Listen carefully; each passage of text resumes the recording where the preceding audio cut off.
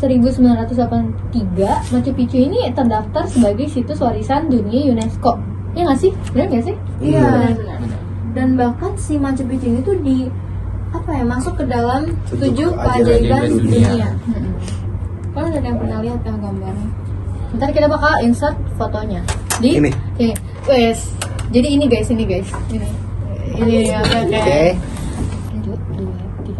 Terus setelah kita bahas tentang pengetahuan umum tentang suku Inca gitu, kayak sejarah yang tadi, aku juga penasaran banget tentang kesenian yang mereka miliki gitu. Kira-kira gimana sih kesenian yang mereka miliki gitu untuk menjalankan budayanya?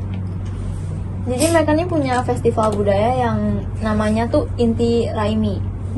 Dan ini tuh ada hubungannya sama yang tadi Zer. Tadi kan dewa-dewanya ada yang matahari ya. Nah ini itu dikenal sebagai Fiesta del Sol atau The Festival of the Sun. Jadi berasal dari kata inti yang berarti itu matahari dan Raimi yang berarti festival.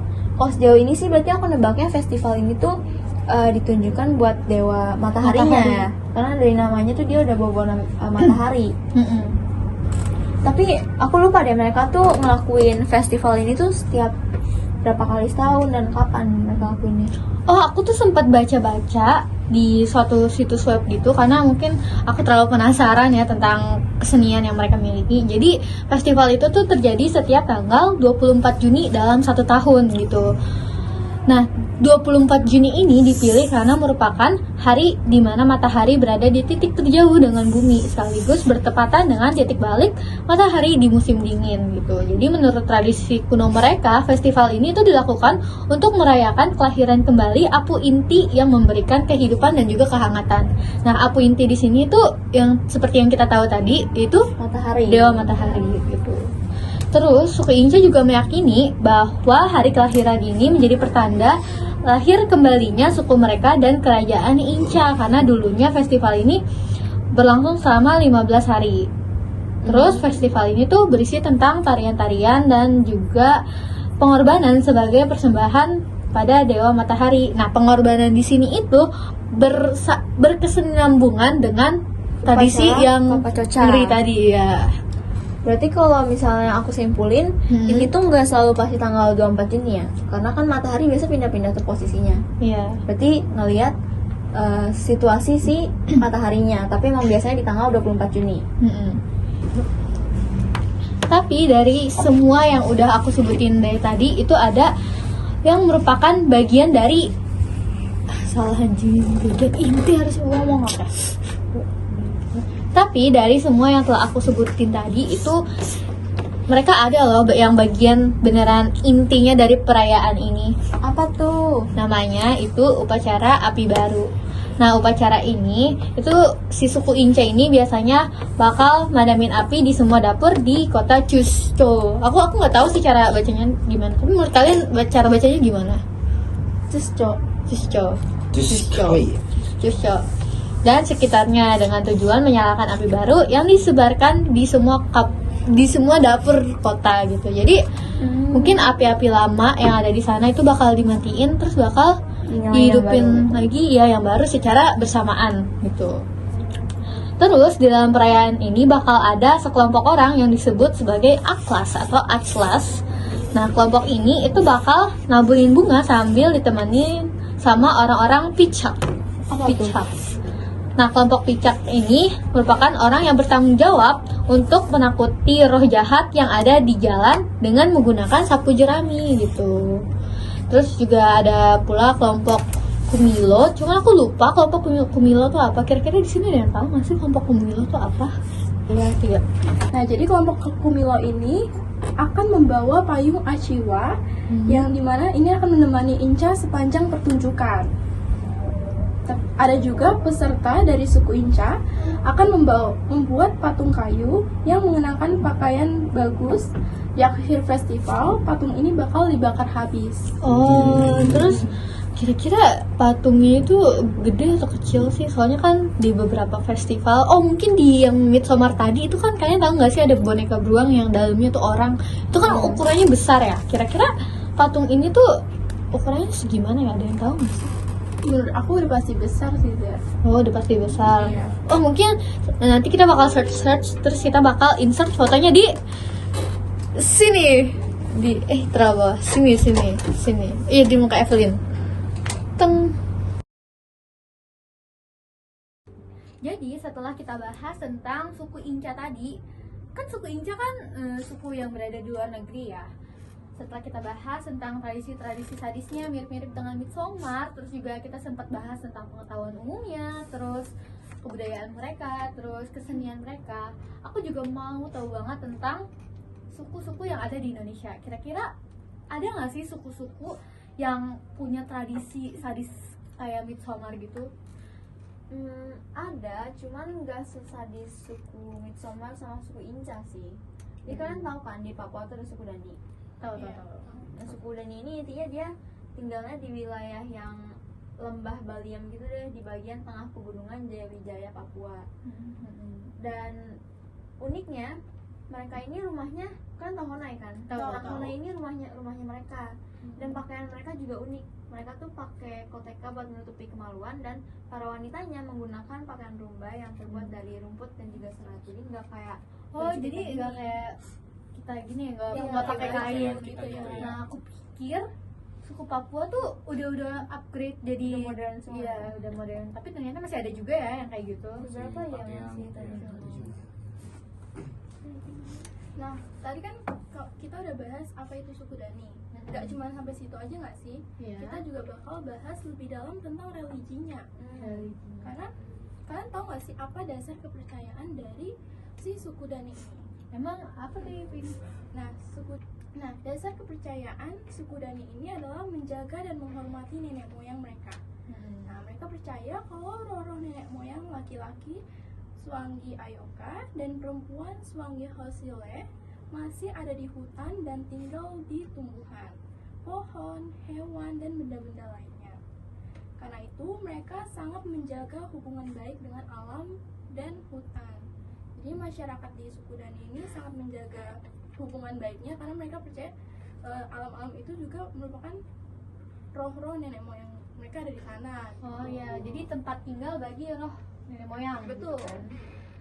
Terus katanya selain itu untuk lebih menghormati roh nenek moyangnya, suku Dani juga membuat kaneka.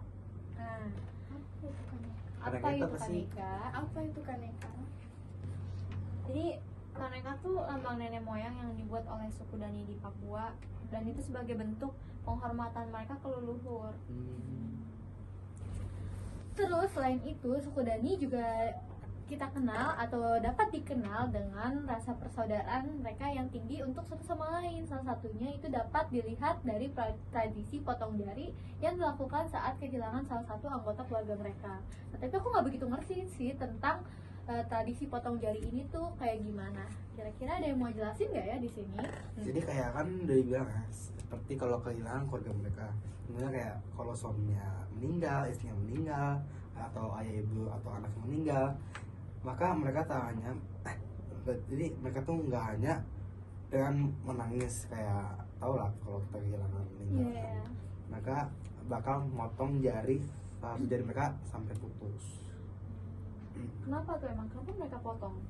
Bukannya malah menyakiti mereka ya kok kayak gitu? Mereka tuh percaya kalau motong jari tangan itu simbol dari sakit ditinggal anggota keluarga mereka. Nah, itu juga sebagai doa untuk mencegah terulang kembali malapetaka yang telah merenggut nyawa dalam keluarga. Oh, berarti sebenarnya sangat terbalikan dengan kita nggak sih? Kayak misal kita kalau misalnya ada anggota keluarga kita yang meninggal, itu kita mungkin cuma bakal bersedih-sedih, terus kita bakal merawat diri kita untuk menjadi lebih baik. Iya nggak sih? Kalian biasanya gitu juga nggak? Karena kita mikir kalau orang yang meninggalkan kita tuh nggak mau ngeliat kita ada di Sedih, worst ya situation kan? nggak sih? Cuman Setelah belakang. kalau mereka itu mungkin percaya memotong jari itu kayak gitu kali ya, sih makna atau simbol gitu. Tapi ya berarti benar-benar menggambarkan kalau misalnya rasa keluarga mereka tuh sedalam itu loh sampai Iya, iya. mau Berkorban melukai, kan? iya, melukai diri sendiri demi orang yang meninggalkan. Ya, terkait tradisi potong jari, kesedihan akibat ditinggal anggota keluarganya itu baru akan sembuh jika jari yang dipotong juga udah sembuh lukanya. Oh, jadi kalau misalnya kita potong jari, Ya. itu kita dalam kondisi sedih. Terus jadi kalau misalnya jarinya udah sembuh, berarti kita udah nggak sedih gitu ya. Kalau Betul. misalnya sebagai suku Dani. Tapi berarti kayak gitu durasinya lama karena kan kita ya maksudnya kita potong jari begini sembuhnya bakal lama banget ya sih. Iya, sakit juga nggak sih, kayak rasa sakitnya itu bakal lama sembuh karena jari sampai putus itu. Wah, kebayang sih rasa sakitnya. Tapi emang cuma ini dong ya, iris jari doang atau ada iris yang lain juga? Ada satu lagi, namanya tradisi iris telinga atau nasu pale. Bias ini sebenarnya sama, digunakan untuk berkabung. Jadi bagi mereka, seiris telinga yang terpotong menunjukkan bakti, tanda cinta, dan penghormatan mereka kepada anggota keluarga yang sudah tiada. Ya, walau menyakitkan, makna dari ini, tradisi ini, bagi mereka sebagaimana pedoman hidup masyarakat itu berbunyi wene opakima dapulik welai karek meke hasik, yang artinya pentingnya kebersamaan dalam masyarakat suku Dani. Oh, itu tadi tuh yang sempat disebutin sama Arel tuh merupakan bahasa dari suku Dani kah apa gimana? Ya, dari sananya. Berarti emang gak usah diraguin lagi sih solidaritas yang mereka punya ini.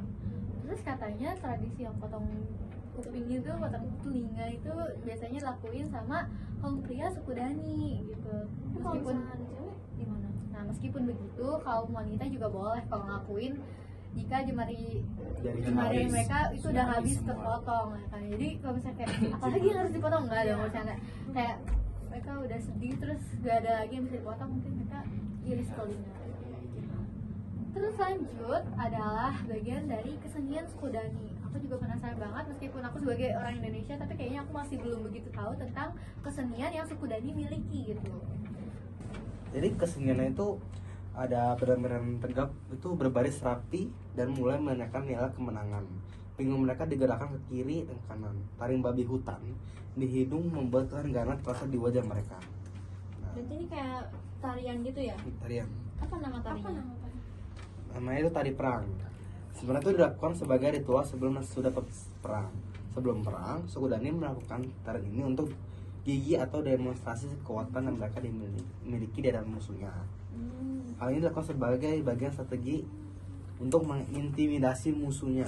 Kita tahu lah kalau musuh kan pasti ada intimidasi dari antara kedua ya. Nah, biasanya pasukan suku Dani akan berbaris dalam posisi siap tempur dan menandakan nilai mereka, menunjukkan keberanian dan kekuatan. Itu senjata dan perlengkapan perang lainnya pun diperlukan sebagai bentuk intimidasi agar musuh masih takut. Oh, tapi ini aku jadi keinget sesuatu deh. Ini kita bahas suku lain dikit ya. Kemarin tuh waktu aku sempat scroll TikTok, itu aku ngeliat di salah satu conference-nya di suku Maori, itu mereka punya tarian kayak suku Dani ini juga.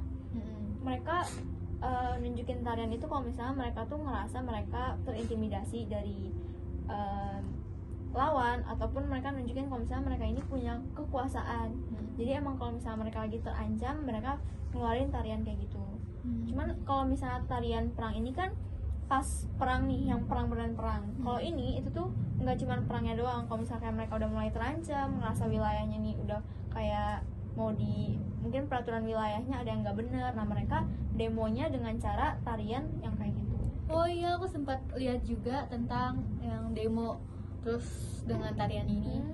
Itu yang mereka ngelakuin tariannya di pengadilan kan ya, Iya. karena ada suatu peraturan yang mereka tuh nggak mau terima gitu kan. Tapi Lin, suku Maori itu dari mana sih? Suku Maori itu dari luar negeri. Oh, suku Maori itu suku luar negeri. Aku pikir suku Maori itu karena mirip-mirip suku Dani, jadi mereka tuh berada di Indonesia juga, atau mungkin bahkan Papua juga. Aku pikir kayak gitu. Ya. Nah, sebelumnya kita udah membahas suku keseniannya Iya. kan. Nah, sekarang untuk ekonominya ini, kira-kira mata pencaharian suku Dani ini apa kira-kira? Kalau biasanya sih ya dari suku Dani itu bercocok tanam dan berternak. Oh, Kayak- biasanya kalau bercocok tanam, mereka sering menanam apa? Biasanya sih paling sering sagu merupakan jenis tanaman yang diutamakan untuk dibudidayakan karena sebagai makanan pokok mereka. Oh, oke. Kalau tanaman lainnya itu seperti pisang, tebu, dan tembakau. Biasanya mereka tuh berkebun di daerah yang rendah, lereng gunung dan di antara dua pulau. Oke. Jadi mereka seringnya itu kan Iya. beternak tuh. Kalau untuk beternaknya mereka sering ternak apa? Kalau selain berkebun tuh mereka tuh berternaknya ada ternak babi dalam kandang yang berwarna-warni. Biasanya digunakan buat apa? Bagi suku Dani, babi itu berguna untuk ada pertama itu dimakan, kedua darahnya dipakai dalam upacara adat mereka, tiga tulang dan ekornya untuk hiasan suku Dani juga memiliki kontak dagang dengan kelompok masyarakat sekitarnya. Barang-barang yang didagangkan juga adalah batu untuk membuat kapak yang hasil atau seperti kayu, serat, kulit binatang, dan bulu-bulu. Jadi suku Dani ini tuh lumayan sering untuk berburu hewan nggak sih, untuk dijadikan faktor ekonomi, bukan faktor, untuk dijadikan sebagai sektor ekonomi mereka, ya nggak sih? Iya. Terus tapi ini unik juga ya, tulang dari babi ini digunakan Buat hias untuk sih. hiasan. Kayak aku belum pernah deh jujur ngeliat tentang tulang yang dijadikan hiasan. Apa Nanti bakal yang muncul di sini. Ya. Oh oke. Mungkin ini tadi yang tulang ini ada hubungannya kali ya sama yang tari perang, karena kan itu pakai ini apa namanya, taring. Ya. Mungkin diambilnya dari sini juga mungkin ya. Oh taring tuh hiasan ya. Iya, yang dulu memang pakai di muka gitu. Tapi ini sektor-sektor ekonomi suku Dani tuh lumayan masih lama juga ya kan? Ya Nah, tradisional sih. Ya masih Tradisional. sangat tradisional, sangat berbeda dengan kita kebanyakan masyarakat yang berada di kota ya kan. Nah, dari pembahasan kita tadi tentang suku Dani, suku Inca, dapat kita simpulkan bahwa seluruh suku itu memiliki ritual keagamaan atau kegiatan-kegiatan penting yang menurut masyarakat mereka itu pasti sangat bermakna dan berarti. Contohnya tadi yang kayak udah kita jelasin, kayak tradisi iris telinga, potong jari, dan lain sebagainya. Kita juga sebagai masyarakat yang mungkin tidak melakukan tradisi ini tuh harus menghormati nggak sih? Karena mungkin kalau misalnya menurut kita kayak oh my god sadis banget gitu, kayaknya manusia nggak boleh deh ngelakuin ini, tapi kita nggak tahu kan makna terdalamnya bagi mereka itu apa. Jadi kita sebagai suku awam, bukan suku awam maksudnya, sebagai orang awam yang melihat tradisi ini juga nggak boleh asal ngejudge gitu. Jadi mungkin segitu aja pembahasan dari kami tentang mungkin tentang film Midsommar dan juga beberapa kebudayaan yang mirip-mirip dengan film Midsommar. Jadi sekian video dari kami dan pembahasan dari kami. Dadah.